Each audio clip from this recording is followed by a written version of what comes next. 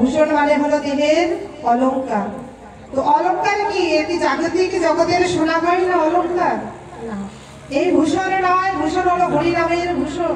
এই হরিনামের অলংকার আমার হরি সারা অঙ্গে যেন মেখে আছে, আর এমন অমিয় ধারা ভাবে হরিনাম বলছেন আর যেন মুক্তা ধারার মতো ঝরে ঝরে পড়ছে। এই ভাব ভক্তগণ দর্শন করছেন, আমার গৌর হরির বদন পানে চেয়ে চেয়ে তারা কি করছেন, সেই ভাবটাকে দর্শন করছেন যে পুরোকে পুনরতর প্রীতির রস। প্রীতি কাকে বলা হয়? প্রীতি। প্রীতি শব্দের অর্থ কি বাবা? প্রীতি শব্দের অর্থ হলো আমরা জানি প্রেম, ভালোবাসা। প্রীতি, এই প্রীতি নয়নে নয়নে বাণপরিশনে তাহাতে জন্মালপি, আর কৃষ্ণ আলাপনে অধরে অধরে কৃষ্ণ আলাপনে তাহাতে জন্মালপি। আর যেদিন ওই ভক্তে ভক্তে প্রেময় আলিঙ্গনে একাকৃত হয়ে গেলেন তখনই হয়ে গেল। তাই হলো প্রীতি। তাই এই প্রীতি করতে হলে কেমন করে করতে হয় না, বদলে কৃষ্ণ নাম ছাড়া কখনো প্রীতি সম্ভব নয় বাবা। প্রীতি যার তার সঙ্গে হয় না, যে মনের ভাব বুঝতে পারে তার সঙ্গে কিন্তু প্রীতি হয়। এই প্রথমে তার সঙ্গে দেখা, তারপরে যখন নয়নে নয়নে দেখা হয় বানপরিশনে দেখবেন, দেখলে তাকে ভালো লাগে। এই গৌরের রূপটাই এমনই সুন্দর রূপ।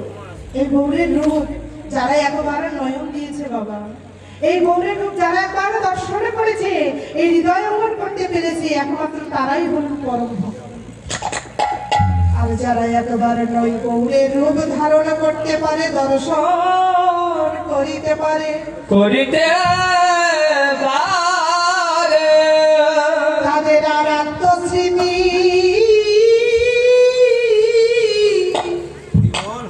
যেন আত্মস্মৃতি জানে থাকে না। তখন কি হয় জানো?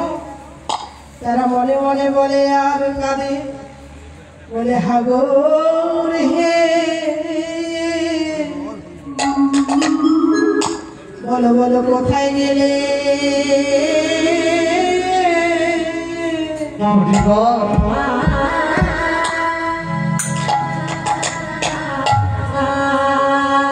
আমার ভক্তের সঙ্গ